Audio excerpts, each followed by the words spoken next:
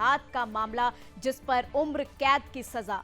तो आपको बता दें कि उत्तर प्रदेश विधानसभा में लव जिहाद बिल पास हो गया है और लव जिहाद मामले में उम्र कैद का प्रावधान हुआ है। बीते दिनों पेश किया गया था ये बिल और मामले में कोई भी दर्ज करा सकता है ये केस। बता दें कि पहले पीड़ित या माता पिता करा सकते थे एफआईआर, लेकिन अब कोई भी करा सकता है एफआईआर और कानून के तहत सभी अपराध गैर जमानती थे। तो बता दें आपको, उत्तर प्रदेश में लव जिहाद करने के दोषी को ताउम्र के लिए जेल हो सकता है। ये बिल मंगलवार को विधानसभा सदन में पास हो गया और योगी सरकार ने विधानसभा में यूपी विधि विरुद्ध धर्म पर संपरिवर्तन प्रतिषेध विधेयक सोमवार को पेश किया गया। बता दें जो आज पास कर दिया गया है और इसमें लव जिहाद जैसे अपराधों के मामले में सजा को पहले से ज्यादा सख्त कर दिया गया है। लव जिहाद में आजीवन कारावास की सजा का प्रावधान बनाया गया है। लव जिहाद को लेकर मुख्यमंत्री योगी आदित्यनाथ और उनकी सरकार लगातार सख्त तेवर में नजर आ रही है।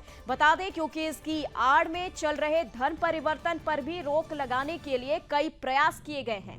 लव जिहाद को लेकर 2017 के विधानसभा चुनाव में योगी सरकार ने मुद्दा बनाया था। इसके बाद लगातार इस मामले में सरकार ने सख्त कानून बनाने की कोशिश की और इसके प्रावधानों को कड़ा बनाया गया है। बता दें अब जो बिल पास हुआ है उसके अनुसार लव जिहाद मामले में पीड़ित के इलाज के खर्च के बदले कोर्ट जुर्माना तय कर सकेगी। तो देखिए ये ब्रेकिंग न्यूज हम आप तक पहुंचा रहे हैं, बड़ी खबर, जहां आप देख सकते हैं कि लव जिहाद का जो मामला है, धर्म परिवर्तन का जो मामला है, अब वो जो नियम है उस पर संशोधन किया गया। सोमवार को ये प्रस्ताव रखा गया और आज इसे पारित कर दिया गया। आज से ये लागू कर दिया गया। इस संशोधन में आपको बता दें कि विधानसभा में यूपी विधि विरुद्ध धर्म संपरिवर्तन प्रतिषेध विधेयक 2024 सोमवार को पेश किया गया था और आज उसे पास कर दिया गया है। इसमें लव जिहाद जैसे अपराधों के मामले में सजा को पहले से ज्यादा सख्त कर दिया गया है। आपको बता दें कि पहले 10 साल की सजा थी और अब इसे बदलकर उम्र कैद की सजा कर दी गई है। वहीं बता दें कि पहले ये जो एफआईआर है वो माता पिता ही दर्ज करा सकते थे, लेकिन अब ऐसा नहीं है। अब एफआईआर कोई भी दर्ज करा सकता है। बता दें कि लव जिहाद में आजीवन कारावास की सजा का प्रावधान किया गया है। तो चलिए आपको बता दें कि अब उत्तर प्रदेश से ब्यूरो चीफ इस खबर पर जुड़ चुके हैं, तो हम सीधा रुख करते हैं यहां पर ब्यूरो चीफ रजत मिश्रा की तरफ। तो चलिए रजत मिश्रा, आपसे जानना चाहेंगे कि यूपी विधानसभा में लव जिहाद का ये बिल पास हो गया, सोमवार को इसे पेश किया गया था और आज इसे पारित कर दिया गया है। क्या जरूरत पड़ी इस कानून में संशोधन करने की, ये पहला सवाल है। देखिए, कानून में संशोधन की आवश्यकता इसलिए पड़ी क्योंकि तमाम ऐसे विषय लगातार सरकार के संज्ञान में आ रहे थे जहां पर लव जिहाद के जो आरोपी हैं वो या तो जमानत पा के बाहर जा रहे थे या फिर सामूहिक तौर पर धर्म परिवर्तन के मामले सामने आ रहे थे। अब से कुछ दिनों पहले ही बरेली में भी मौलाना तौकीर रजा ने सामूहिक धर्म परिवर्तन कराने की एक एप्लीकेशन भी दी थी। खासतौर पर इस तरीके के जो मामले सामने आ रहे थे उसके बाद इस तरीके के संशोधन की आवश्यकता सरकार को भी महसूस हुई और उसके बाद जो संशोधन आज पेश किए गए, जिनको सदन में आज पारित कराया गया है, उनमें विशेष तौर पर लव जिहाद और धर्म परिवर्तन को जोड़ा गया है। इसके अलावा कई और अन्य तरीके के अपराध हैं जिनमें सजा को बढ़ाया गया है या फिर जुर्माने में वृद्धि की गई है। लेकिन दो प्रमुख चीजें खासतौर पर जो आज के संशोधन विधेयक में पास की गई है उसमें लव जिहाद और दूसरा सामूहिक धर्म परिवर्तन, इन दोनों ही तरीके के अपराधों में एक तरफ सजा भी बढ़ाई गई है, जुर्माना भी बढ़ाया गया है और उसके साथ साथ उम्र कैद तक की सजा का प्रावधान कर दिया गया है। खासतौर पर नाबालिग जो बच्चियां हैं उनके साथ अगर किसी तरीके का कोई शोषण किया जाता है या लव जिहाद जैसी एक्टिविटी उनके साथ की जाती है तो उस केस में जो आरोपी होगा उसको उम्र कैद तक की सजा दी जा सकती है। इस तरीके के प्रावधान कर दिए गए हैं।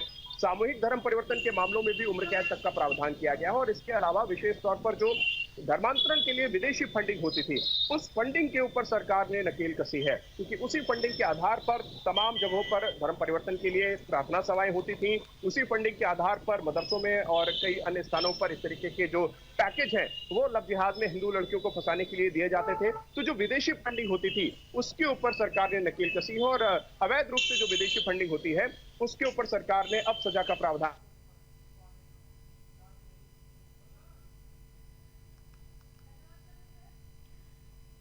होगी। उसके बाद इस पूरे विधेयक को तो आपको बता दें कि इस पूरे कानून के संशोधन में जो है अब इस संशोधन को, इस बिल को अब पास कर दिया गया है। सोमवार को ये बिल पेश किया गया था और आज विधानसभा में इस बिल को पारित कर दिया गया है। बता दें कि अब इसके बाद जो है वो सजा का प्रावधान बदल दिया गया है। पहले 10 साल तक की सजा थी और अब जो है सजा को बढ़ाकर उम्र कैद कर दिया गया है। बता दें रजत जी के पास हम फिर से चलेंगे और रजत, जानना चाहेंगे कि इस संशोधन में कहीं ना कहीं लव जिहाद और धर्म परिवर्तन दोनों ही कई मायने में एक दूसरे से लिंक्ड भी हैं और कई मायने में अलग भी हैं। अगर लव जिहाद और धर्म परिवर्तन की बात करें हम, तो कई लोग धर्म परिवर्तन अपनी इच्छा से भी करते हैं और कई लोग ऐसे भी हैं जो कि लव जिहाद में लोगों को फंसाकर, लड़कियों को फंसाकर और तब धर्म परिवर्तन कराते हैं। यहां पर जानना चाहेंगे धोखाधड़ी से किए गए धर्म परिवर्तन पर क्या कुछ कानून लाया गया है। देखिए, ये पूरा कानून ही धोखाधड़ी से होने वाले धर्म परिवर्तन को लेकर है। ऐच्छिक धर्म परिवर्तन जिसका जिक्र आपने किया, उसकी एक प्रक्रिया है। उस प्रक्रिया के तहत जो लोग अपना धर्म परिवर्तन करना चाहते हैं, उनको अपने सक्षम जिलाधिकारी के सामने एक एप्लीकेशन देनी होती है। 30 दिन का उसमें समय होता है। कोई आपत्ति दाखिल करना चाहता है तो कोई आपत्ति दाखिल कर सकता है और उसके बाद डीएम की अनुमति के बाद ही आप अपना धर्म परिवर्तित कर सकते हैं। लेकिन ये जो कानून है, ये दबाव में, किसी छल कपट से, किसी को धोखे में रखकर, किसी को बहला फुसलाकर जो कन्वर्जन कराया जाता है, उसको लेकर कानून है और उसी कानून में संशोधन किया गया है। और उसी के तहत जो सजाएं थी, जो पहले से थी, 2020 में सबसे पहले उत्तर प्रदेश में इस कानून को लाया गया था, 2021 में उत्तर प्रदेश में लागू हुआ था और तो 2021 से लेकर अब तक जो सजाएं थी इस पूरे कानून में, उनमें ही संशोधन किया गया है। और उसके पीछे बड़ा कारण ये है, जो कन्वर्जन का, जिसकी खासतौर पर अगर बात करें तो खासतौर पर जो SC/ST वर्ग के जो लोग हैं, अनुसूचित जाति और अनुसूचित जनजाति के जो लोग हैं, खासतौर पर जो आदिवासी लोग हैं, जो उत्तर प्रदेश के सुदूर क्षेत्रों में रहते हैं, सुदूर जिलों में खासतौर पर जो बॉर्डर के डिस्ट्रिक्ट्स हैं, वहां पर प्रार्थना सभाओं के माध्यम से बड़ी मात्रा में धर्म परिवर्तन खासतौर पर क्रिश्चियन मिशनरीज करा रही थी और वो एक सामूहिक धर्म परिवर्तन की सीधे तौर पर श्रेणी में आता था। तो उसके ऊपर भी नकेल कसी गई है। सिर्फ एक तरफा हमला हिंदुओं के ऊपर नहीं था, ये दो तरफा हमला था। एक तरफ सीधे तौर पर मुसलमान जो हैं वो धर्म परिवर्तन करा रहे